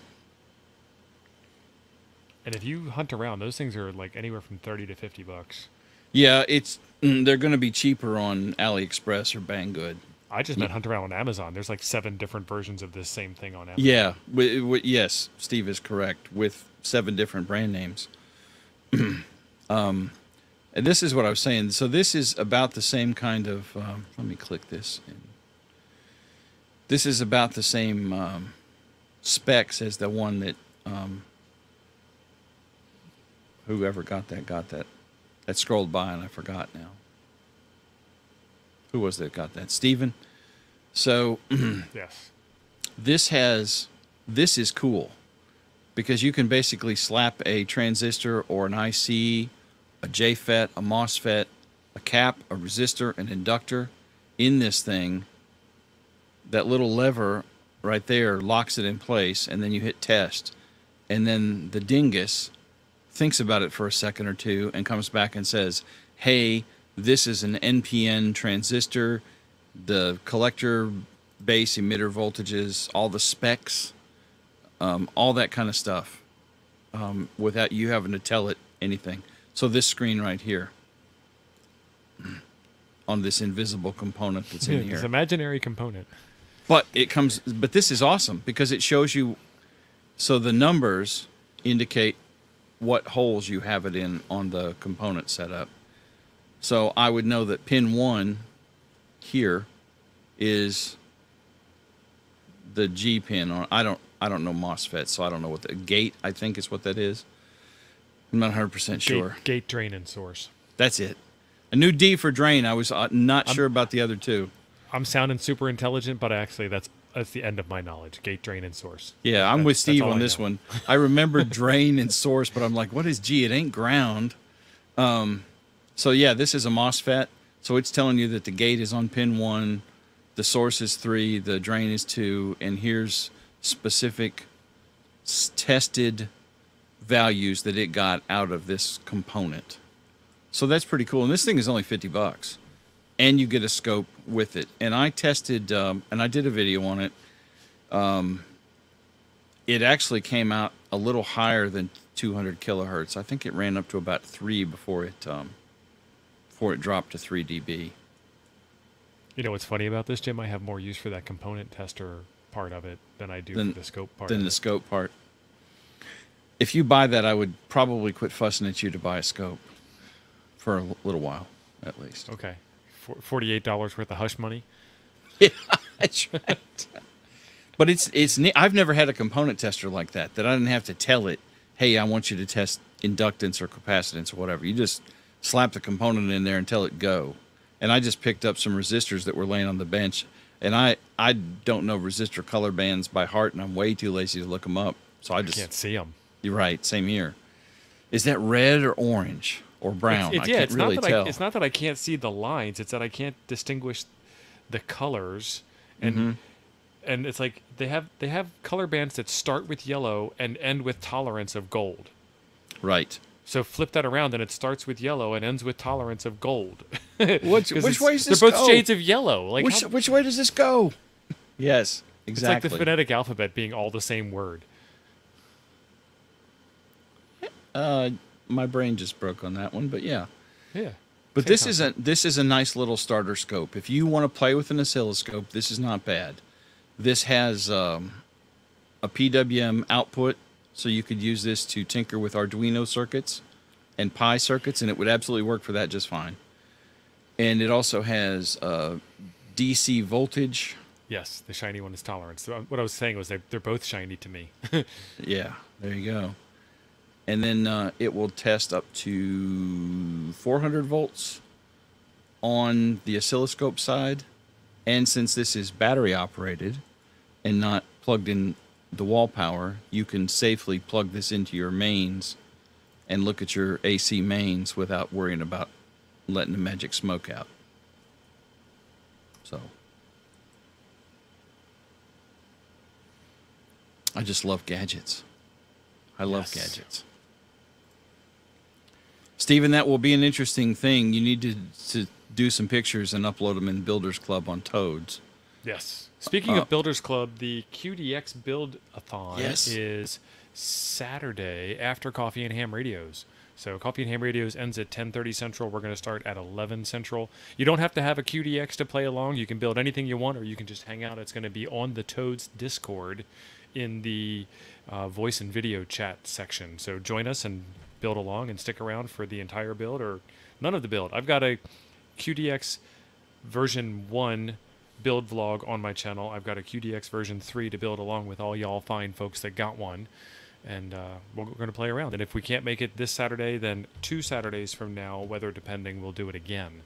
So QDX, what is that? The QDX is a small little deck of cards sized QRP 5-watt WSJTX Joe Taylor modes only radio. It'll do, well, not Joe Taylor modes only, but it'll do JS8 call, Whisper, FT8, and modes that are extremely like that. It doesn't have a VFO knob on it. It has a USB port, an antenna port, a power port, and it will connect to your amplifier. So it's a neat little kit, and I want to say they're about $100. I was thinking there's 2 different ones put together. You can get one put together, can't you? Am I thinking of something else? Yeah. No, he does. He literally has, and I'm not saying anything disparaging at all. This is literally what happened. He grabbed a bunch of ladies from the local sewing club and taught them how to solder, and they build the QDX kits for him to ship out. Okay. Like literal. That's literally what happened. He taught them how to do it, and they're winding toroids and soldering on components and sending them out. It's fantastic. Toroids. You said toroids. Toroids, yeah. Sorry. Toroids. Jason, that's awesome. I have 2 old scopes that I think are super cool. I have more you just scopes don't like than mine. Yours is cool if you would learn how to use it. If only I had some Elmer that knew something about scopes that could teach me a purpose. Well, you got a 10 megahertz scope, son. There ain't much to do with that thing. So it's a fun little radio. It's a fun little kit. It should take, if you dedicate time to build the QDX and nothing else whatsoever, about hour and a half, 2 hours of build time, and most of that's spent wrapping toroids. There's not a lot of them. They're not hard. It's just literally time consuming. Are those the little? What size are those? Do you remember? Are those like? Yeah, tiny. That's what I was thinking. Don's saying he doesn't have his Prepcom DX yet. The whole staff of Prepcom, which I'm going to say is like 2, maybe 4 people, they all got sick and sheltered it out of the office. So everything went down for a while. I'm hoping that they're all back on the good side of health again and back in the office. I canceled mine. Uh-oh. A little bit of buyer's remorse there. Are we talking about the Prepcom CW gadget, right? Yeah. I think it's super neat, but it was pre-buyer's pre-remorse or buyer's pre-remorse. Jim's quick on the trigger. I am at times when it matters. And I was like, man, that thing is $500. This is a neat gadget, but at the end of the day, I got a Morserino that'll do a lot of that, and I haven't touched it in probably a year. So, I'll have to reevaluate down the road. I don't know. I think the thing has a lot of potential. I think it is smoking hot cool, but it is also smoking hot pricey. And I just said, no, I can't do it. I changed my mind. And I had to buy school supplies yesterday. Holy mackerel. Her mom said, are you buying school supplies or clothes? Do we want to split up school supplies? And I said, no, I will buy all the school supplies. You buy clothes. A, I don't have to go buy clothes for a little girl. So bonus. B, clothes are expensive. So And bonus. then you saw the school supply bill. $305 later, we have all the school supplies for one 6th grade girl. Does that include the 10 cases of water? Yeah. They didn't ask for 10 cases of water. They did ask for bottled water. I think I ordered 1 case or something. I don't know. I also did not. There was like the must-have list and then the nice-to-have. And because I'm a wonderful, sensitive human being, You got it all. I got all the stuff on the nice-to-have list. But I did not get the 75-pack of hand sanitizer and the 27-pack of Lysol wipes and the 400-count pallet of Kleenex. I got like 1 of each. There you go. So, Jim, do you have any brothers or sisters?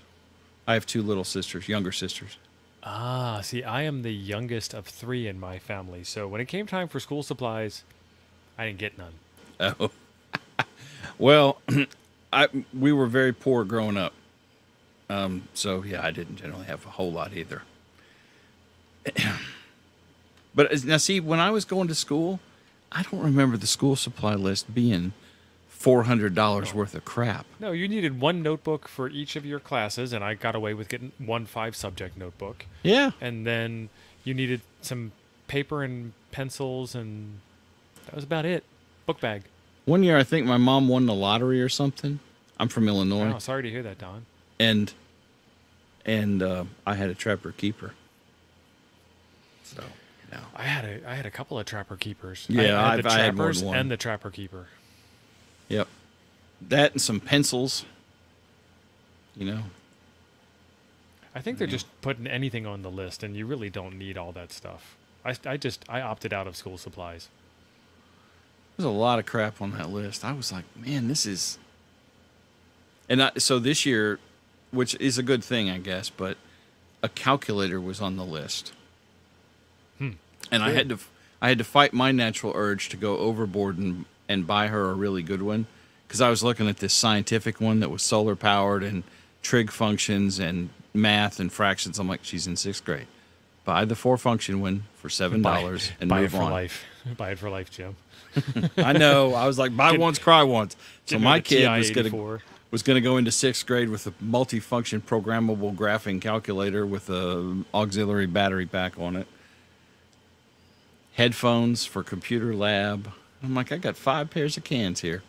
No, they're all kind of ugly guy-looking cans. I'll buy some new ones. So. Don, I hated gym shorts. When I hit 6th grade, we had PE and had to wear gym shorts, T-shirts. I hated that. Why can she not use the phone supercomputer? It's already on her desk, right? Right. In her Exactly. hand. Well, see, she's not allowed to have the phone is not allowed in school or, out, I guess. I don't really know what their rules are. So, I don't know. Ron, I cannot argue with that. Uphill both ways, brother. That's right. Barefoot and pregnant. Oh, wait, that's a different cliche. That wasn't me. Anyway. Well, I mean, we're making fun of old sayings. Right. I'm too young for that saying to have any meaning to me. Yeah, Lon, I think that's about the kind of school supplies I remember taking literally to school was stuff like A that. bottle of Elmer's. Lon, was that gone on the way to school? Did you eat it all? We'd pour it on our hands and get it to dry so we could peel it off. Yeah. Because I remember when I had to have, oh, maybe that was rubber cement. Don, We too poured hot for rubber chat, cement man. all over. Ow. Ah.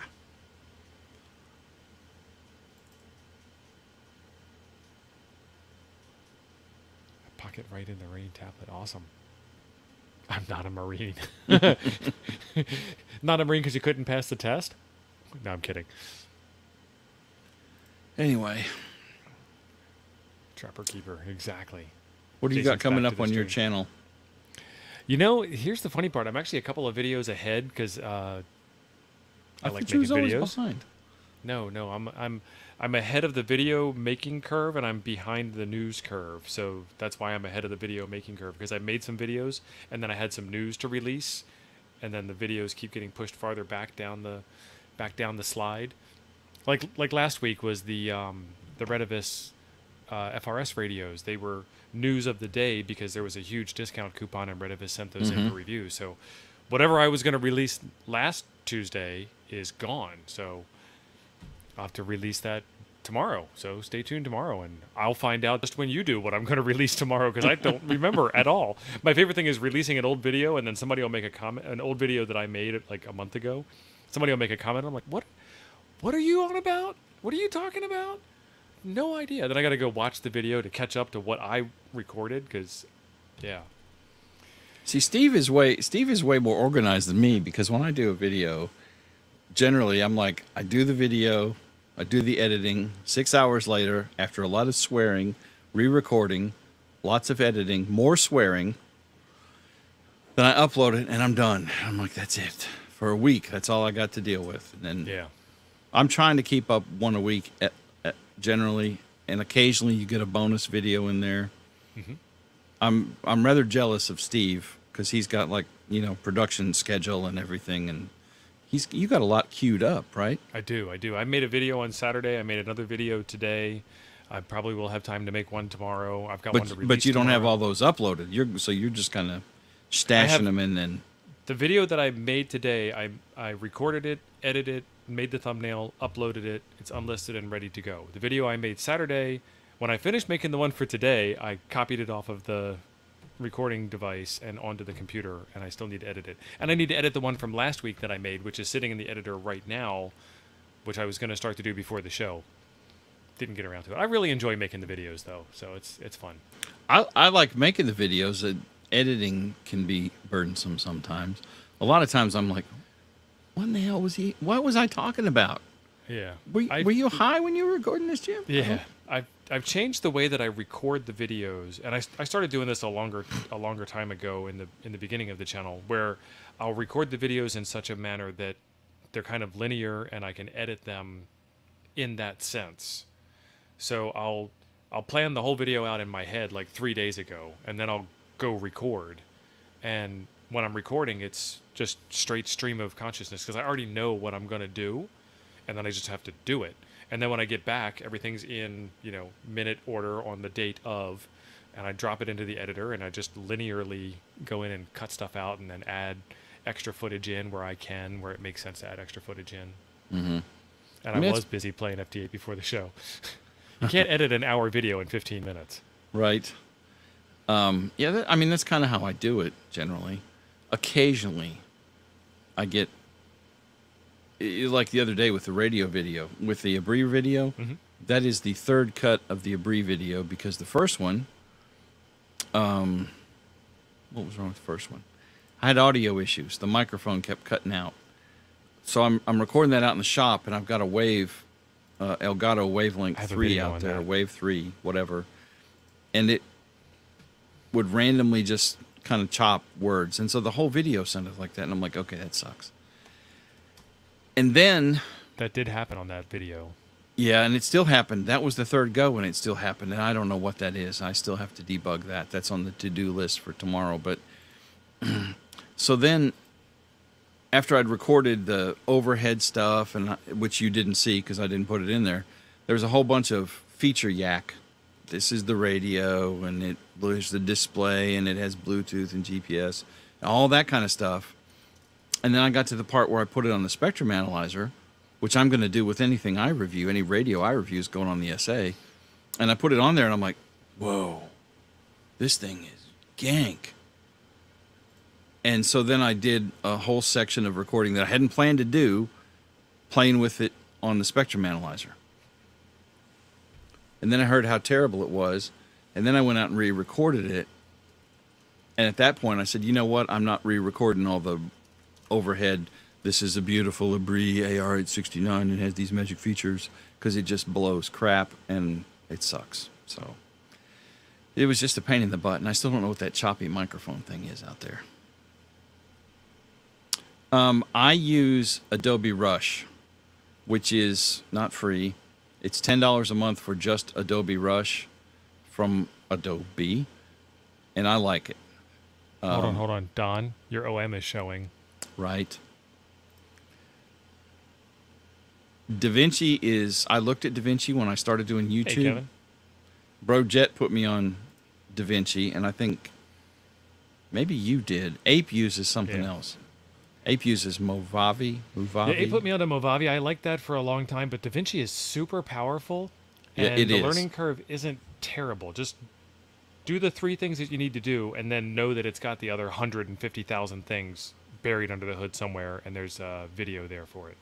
I think I did my first video in DaVinci, and after that I was sitting there sweating and like, okay, I think it's done. Jesus Christ, I'm not doing that again. I found Rush. It's easy enough to do. There's a few things that Rush doesn't do that DaVinci will, and I could get Premiere, which will do them too. So, but I haven't done that yet. It just depends on what you learn and what you're comfortable with, really.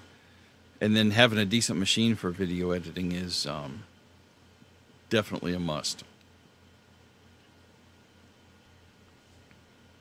This machine is not that new. Let me see. I mean, I have the first one I did on the computer out in the shop, and it's a Dell Optiplex 9010, 9030, something like that. It's not ancient, but it's not new. This is a i7, 7th generation i7, 2.9 gigahertz. Oh, that's decent. Well, it's, I want to say, again, this is 2018. Yeah, it's about 3 or 4, yeah. This is what I do my primary stuff on now anymore. This is a 2012 Mac Pro, so that I'm on right now.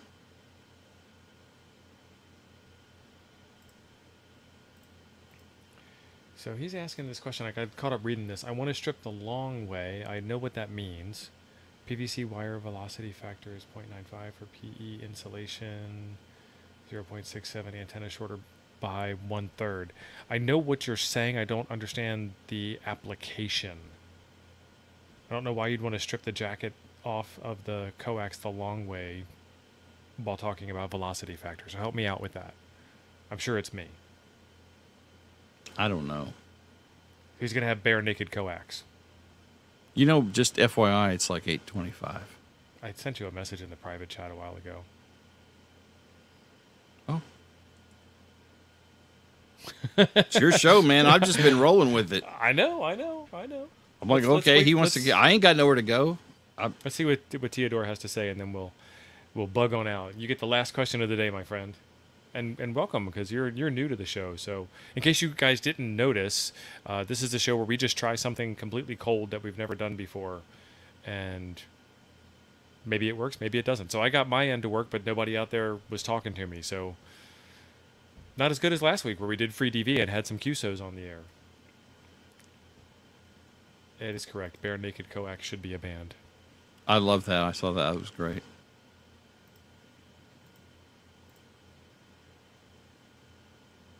Yeah, I was just kind of sitting here going, well, Steve's just going to keep going. Okay, I'm going to keep going. Well, I checked, and John's not on tonight, so okay. The fact that we were going a little over was fine, and there's people watching, so we'll just keep talking.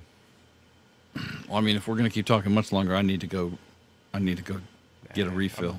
I'm not hearing from Theodore, so I don't know. Theodore, we're waiting, man. He's typing. He's sitting in his flat. I'm seeing the ellipsis. I'm kidding. We can't see whether you're typing or not. There it is. There it is. you make a dipole from coax, it will have 15-meter long for a 40-meter band. Oh, I see what you're doing. I believe that you're taking the coax apart and using the center for the left side of the dipole and the shield for the right side of the dipole. So there is a tool, and I don't know how well it works. There's a tool for electrical wiring that has a little nib on it, and you put the cable through, squeeze, and then pull, and that little nib comes out just enough to cut the jacket. But also, if you get a Stanley knife, because I know that's what you guys call them over there, It's a box cutter. and just the tip, just push the tip out just enough, like that, you can slide that down the coax, and that'll cut it open, and probably will not cut much of the braid. But you have to experiment and try and find out. And then once you get it going, you might be able. He's going to use the center for both. So you do. There's cheaper ways to do that unless you've got a good supply of coax. Shield I will use for a different project. Huh. Yeah, I mean, if you got free coax and you got a ton of it, rock on, brother. But Good tip, Don. And coax is fairly cheap at like the Habitat for Humanity restore. I don't know if you guys have an equivalent thrift store type thing over in your area.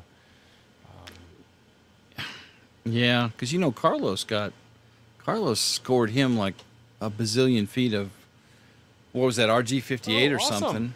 Welcome. This is the Etch-A-TV dev. We did get it to work. Sweet. So thank you. It was fun. I had Python issues on my Mac. Not your fault, bro. Because I don't Python. Really. Oh, because of the difference in velocity factor. So you're counting on that VF being so much faster so you can use less wire? Is that what you're getting at? How much cable you have to hang?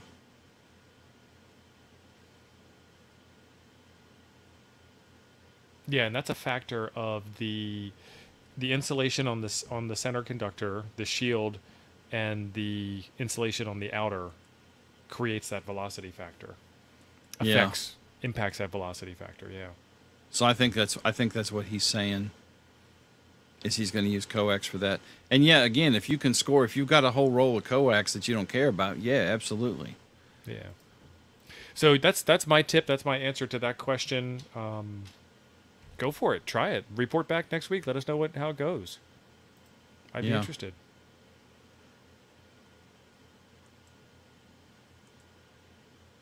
XSS Adventures, thanks for dropping by, man.